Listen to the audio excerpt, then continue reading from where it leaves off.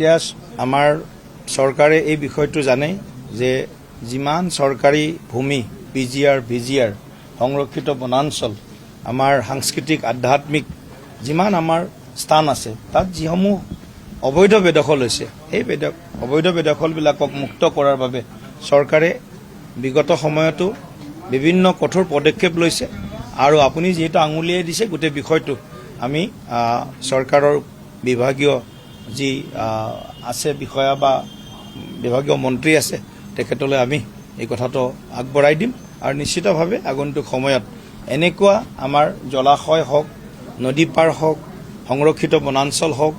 বা আধ্যাত্মিক ধাৰ্মিক কেন্দ্ৰস্থল হওক পিজিআৰ ভিজিআৰ হওক চৰণীয়া পথাৰ হওক এই গোটেইবিলাকৰ পৰা আমি আমাৰ উচ্ছেদ অভিযানটো শক্তিশালীভাৱে আগবঢ়াই লৈ যোৱাটো